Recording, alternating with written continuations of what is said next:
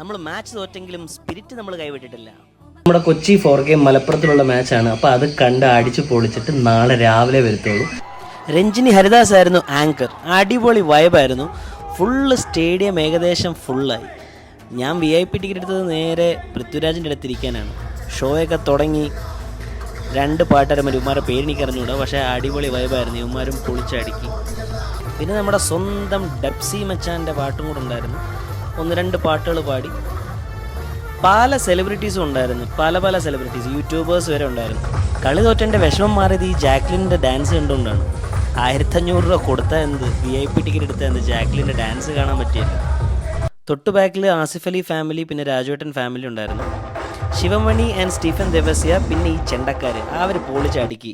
മാച്ചിൻ്റെ full detail video യൂട്യൂബിൽ ഇട്ടിട്ടുണ്ട്. പോയി കാണുക, സപ്പോർട്ട് ചെയ്യുക. Take care, by.